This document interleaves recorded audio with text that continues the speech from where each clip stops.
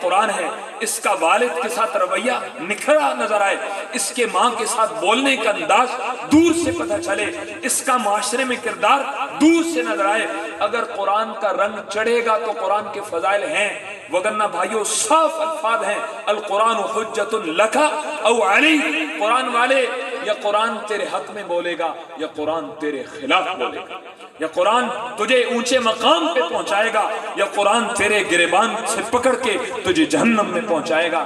اس لیے بالکل واضح واضح باتیں، حافظ بننے کے بعد موت تک بچہ قرآن سے جڑا رہے، یہ کس کی ذمہ داری ذرا بولیے، بولے۔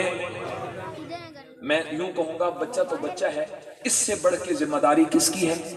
ماں باپ کی، بڑی ذمہ داری ماں باپ کی ہے۔ اب خود بندوبست کریں کہ ہم نے اپنے بچے کو قرآن کے ساتھ موت تک کیسے جوڑنا ہے، اس کی منزل کی ترتیب کیسے بنانی ہے، اس کی نماز کی فکر کیسے کرنی ہے، اس کو کیسے ماحول میں بھیجنا ہے کہ یہ نور اس کا باقی رہے، یہ سر پہ اس کا امامہ باقی رہے، اس کا کرتا باقی رہے، سنت کا جو ایک رنگ ہے وہ اس پہ جڑا رہے، اس کا بندوبست آپ نے کرنا ہے۔ مشورہ میں دے دیتا ہوں بھائیو، اگر بچہ قرآن کو دیا ہے نا تو درخواست ہے، وہ تو چند لوگ ہیں جنہوں نے اپنی ساری اولادوں کو قرآن کے حوالے کیا، ایسی بھی جگاڑی سسٹم لانے آنا، پانچ بچے نے ایک نو قرآن پڑھاؤ جنت بن گئی، باقی چاروں نو دنیا پڑھاؤ، تو جو دو چار گھرانے ہوں گے جن کے سارے بچے قرآن والے، وگرنہ اکا دکا بچہ قرآن والا، تو جو ایک قرآن کے حوالے کیا ہے، آخری دو چار منٹ جو ایک قرآن کے حوالے کیا ہے، کیا امید کرتا ہوں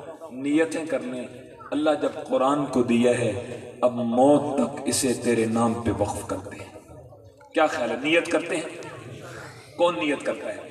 اگر بچہ کو قرآن کو دیں گے تو پھر بچہ موت تک قرآن کے حوالے کرتے ہیں، نیت اس کی نیت کرتے ہیں۔ بچہ جب اللہ کے حوالے کیا ہے، دین کے لیے وقف کیا ہے، تو بچہ پھر موت تک دین کے حوالے، رب کے حوالے، قرآن کے حوالے۔ اس پہ آخری ایک بات کہہ کے بات ختم کی طرف لاتا ہوں۔ یاد رکھنا دوستو، پورے قرآن میں اللہ نے ایک عورت کا نام لیا ہے، کون ہے؟ ذرا میرا ساتھ دیجئے، 2-4 منٹ۔ کون ہے جی؟ حضرت مریم علیہ السلام۔ صرف نام نہیں لیا، رب نے اس کے نام پہ پوری سورت اتاری ہے۔ کیوں اتاری ہے؟ ان کا نام، ان کے تقوی کے واقعات سے قرآن بھرا پڑا، اس کی دیگر وجوہات کے ساتھ ایک وجہ علماء نے لکھی ہے، حضرت مریم ابھی پیٹ میں ہیں، ان کی والدہ محترمہ، ایک روایت میں ان کا نام حضرت حنہ ہے یا حضرت حمنہ ہے، مصلے پہ بیٹھی ہیں۔ یہ کوئی 1500 سال پرانی بات نہیں، تقریباً 2500 سال پرانی بات ہے۔ حضرت مریم پیٹ میں ہیں، ان کی ماں مصلے پہ بیٹھی ہیں اور رب سے ایک وعدہ کر رہی ہیں، ایک نیت کر رہی ہیں، ایک عزم کر رہی ہیں۔ میرے رب کو اس عظیم ماں کا وہ عزم اتنا اچھا لگا، وہ نیت اتنی پسند آئی، رب نے قرآن بنا کے امت محمدیہ کو اس کی نیت سنائی ہے۔ وہ نیت سنا دوں اور میری بات ختم، نیت سنا دوں۔ حضرت مریم کی ماں نے کیا نیت کی تھی؟ قرآن نے وہ لفظ بتائے ہیں، رب انی نذرت لک ما فی بطنی محررا۔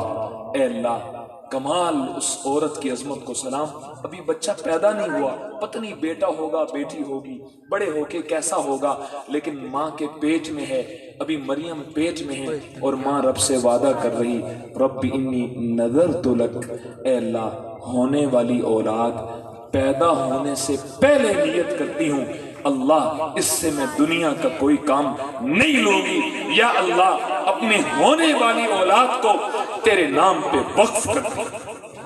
ابھی اولاد ہوئی نہیں، یہ ہوتی ہیں مائیں، یہ ہوتی ہے فکر۔ پھر رب جذبے کو دیکھ کر نوازتا کیسے ہے، اللہ کی شان، بیٹی پیدا ہو گئی، تھوڑی سی پریشانی ہوئی، وہ پریشانی نہیں جو آج بیٹیوں کی پیدائش پہ لوگوں کو ہوتی ہے۔ پیارے نبی علیہ السلام کا شادی گرامی وہ عورت ہی برکتوں والی ہے جس کے پیٹ سے پہلی بیٹی پیدا ہو۔ پریشانی یہ تھی کہ میری نیت تھی قرآن اور مسجد کی خدمت، اذان دینا، نماز پڑھانا، مسجد کا جھاڑو مرد کرتا ہے، بیٹی ہے، اب یہ دین کی خدمت کیسے کرے گی؟ رب نے فرمایا فَتَقَبَّلَهَا رَبُّهَا بِقَبُولٍ حَسَنٍ۔ مریم کی ماں، تیرا جذبہ اتنا اچھا لگا ہے، تیرا جذبہ اتنا اچھا لگا ہے، اگرچہ بیٹی ہے ایسی قبولیت دیں گے رہتی دھرتی تک اس کا نام باقی رہے گا۔ دھرتی تک اس کے تذکرے باقی رہیں گے۔ آج 131 چک میں 2500 سال پہلے ایک عورت نے نیت کی تھی، آج بھی آپ کی اس جلسے میں اس عورت کا تذکرہ چل رہا ہے کہ نہیں چل رہا؟ اس کی بیٹی کا نام چل رہا ہے کہ نہیں چل رہا؟ ماؤں کے جذبے، والدین کے جذبے سچے ہوں، رب قدر کرتا ہے، اللہ مول پانا ہے، تو کیا خیال ہے جو قرآن کو دیے ہے نیت کرتے ہیں کہ موت تک قرآن کے حوالے؟ دلی نیت ہے، دلی نیت، مدرسہ نے تنخواہ مجھے تھوڑی ہیں، دلی نیت ہے۔ کون کو نیت کرتا ہے جو بچہ قرآن کو دوں گا موت تک قرآن کے حوالے؟ کرو نیت یار، پھر دیکھو میرا رب اس کی برکت سے آپ کو رنگ کیسے لگاتا ہے، آپ کو عزتیں کیسے دیتا ہے، آپ کو چمکاتا کیسے ہے۔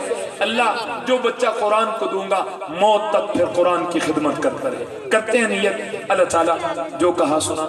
ایسا نہ ہو کہ ابا نیت کر لگے تھی پتر کوے میں تو یونیورسٹی جانا ہے، ساڑھے کو ایک بچہ وہ اللہ کا بندہ ایسی کبھی بھاگ جائے کبھی کچھ تو قاری صاحب نے تھوڑی سی دن مالش بھی کر دی تو غصے میں کہنے لگا اپنے کلاس فیلوز کو، کہنے لگا ابے نے اپنی جنت بنانے واسطے میں نے جانا نہیں سوچا ہے۔ کہیں ایسا نہ ہو کہ ابا جی نیت کر لیں اور پتر کو اور پروگرام بنا کے بیٹھا ہو، تو بیٹے کی نیت پہلے ہے، والدین کی نیت بعد میں ہے۔ آپ نیت کرتے ہیں انشاءاللہ موت تک قرآن کے ساتھ جڑے رہیں گے، قرآن والی زندگی پہ چلتے رہیں گے۔ اللہ تعالیٰ جو غیر مرتب چند باتیں عرض کی اللہ تعالیٰ اپنی بارگاہ میں قبول فرمائے، اللہ تعالیٰ عمل کی توفیق عطا فرمائے۔ وما علینا الا البلاغ المبین۔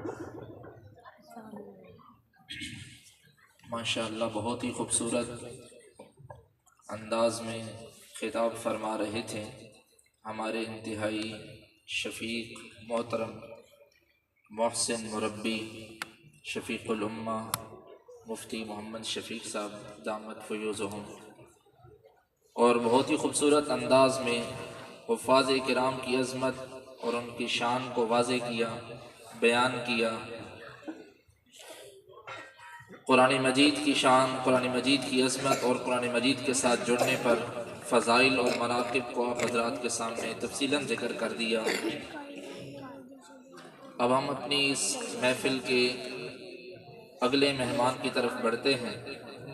اس سے پہلے حمدی اشعار کو آپ کی سماعتوں کی نظر کرنا چاہوں گا، چونکہ ہماری نسبت میری ہو یا قاری اعجاز صاحب دامت فیوزہم کی چکوال کے ساتھ بڑی گہری ہے۔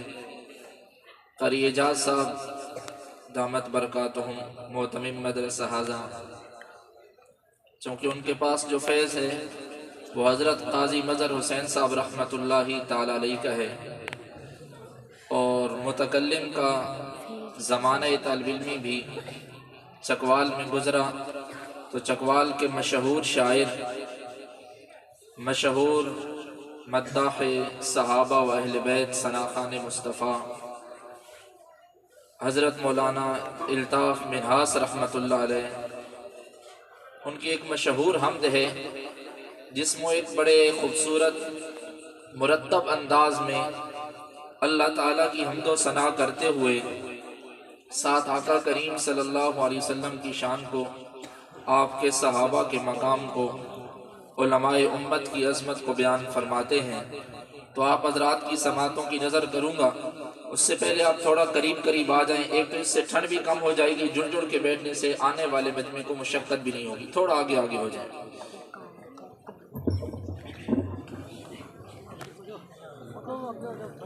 اسے جبار کہتے ہیں، اسے قہار کہتے ہیں، اسے جبار کہتے ہیں، اسے قہار کہتے ہیں، چھپا لیتا ہے عیبوں کو اسے ستار کہتے ہیں، کئی نمرود جیسوں کو وہ مچھر سے مرا دے، کئی نمرود جیسوں کو وہ مچھر سے مروا دے، کئی فرعون جیسوں کو وہ پانی میں گرا دے، اور بھڑکتی آگ ابراہیم پر گلزار کر دے وہ، شب ہجرت کفر کے وار کو بیکار کر دے وہ۔ اسی نے صدیق اکبر کو بخشی عظمتیں ساری، عمر خطاب کے بیٹے کو دی ہیں رفعتیں ساری، غنی عثمان کو اس نے حیا کا تاج پہنایا، اسی نے حیدر قرار سے مرہم کو مروایا، اور اسی خالق نے معاویہ کو دی حکومت 20 سالوں کی، اسی نے شان سمجھائی نبی کے ساتھ والوں کی، اسی رب کا قرآن پڑھتے ہوئے حسین گئے مقتل، اسی کے لیے قرار کے شہزادے کٹے کربل، اسی نے ابو حنیفہ کو فقاہت دی ذہانت دی، اسی نے مالک و احمد شوافی کو امامت دی، اسی کا ہے کرم جھکنے نہ پایا شیخ سرہند کا، اسی کے دست قدرت نے اٹھایا فیض دیوبند کا، اسے ستار کہتے ہیں اسے قہار کہتے ہیں، اسے ستار کہتے ہیں اسے غفار کہتے ہیں، چھپا لیتا ہے عیبوں کو اسے ستار کہتے ہیں، وہی مولا وہی داتا وہی ہے بس الہ میرا، میں منگتا ہوں اسی در کا وہی ہے بس خدا میرا۔ اور حضور نبی اکرم صلی اللہ علیہ وسلم کی شان اقدس میں حضرت ہی کے لکھے ہوئے اشعار اسی ذات پہ، اس ذات پہ کہنے کی جسارت کی ہے، اس ذات پہ کہنے کی جسارت کی ہے، جس کے دامن پہ فرشتوں نے عبادت کی ہے، کس کی ہمت ہے میرے آقا کے مقابل آئے، میرے آقا نے تو نبیوں کی امامت کی ہے، اور اللہ اللہ کیا لوگ تھے وہ جنہوں نے چلتے پھرتے میرے آقا کی زیارت کی ہے۔ سبحان اللہ، درمیان سے بھی آواز ہے۔ آپ کی تازگی انشاءاللہ آنے والے خطیب اور نعت خوان کو تازگی بخشتی ہے۔ اصحاب پیغمبر کا تذکرہ کرتے ہوئے آپ نے بھی میرے ساتھ اپنی صداؤں کو بلند کرنا ہے۔ دلوں کا ترانہ صحابہ صحابہ، دلوں کا ترانہ، دلوں کا ترانہ، دلوں کا ترانہ، ایک دفعہ گونج پڑ جائے بھئی، ایک دفعہ گونج پڑ جائے، دلوں کا ترانہ، دلوں کا ترانہ، صدا عاشقانہ، عدو نبی کے ہے منہ پر تماچا، مقدس گھرانہ، صحابہ صحابہ، نگاہ نبی بارگاہ خدا میں عمل نافعانہ، صحابہ صحابہ، نبی سے محبت کی چاہت اگر ہے تو محور بنانا، صحابہ صحابہ، سعادت تو دیکھو نگاہ نبی کا ہے پہلا نشانہ، صحابہ صحابہ۔ اب میں منظوم کلام کے لیے دعوت دیتا ہوں ثناخان مصطفیٰ اندلیب گلستان، مداح رسول عربی، مداح صحابہ و اہل بیت، حضرت مولانا قاری خالد نورانی صاحب آپ حضرات کے سامنے منظوم کلام پیش فرماتے ہیں۔ بڑے دور دراز سے سفر کر کے آپ حضرات کی خدمت میں پہنچے ہیں، تلغم سے موٹر سائیکل کا سفر کیا کہ میں نے آج محفل میں پہنچنا ہے، تو آپ حضرات کی خدمت میں منظوم کلام پیش کرتے ہیں۔ آپ انتہائی جذبے اور شوق کے ساتھ ان کا ساتھ دیجیے گا۔ حضرت مولانا قاری خالد نورانی صاحب۔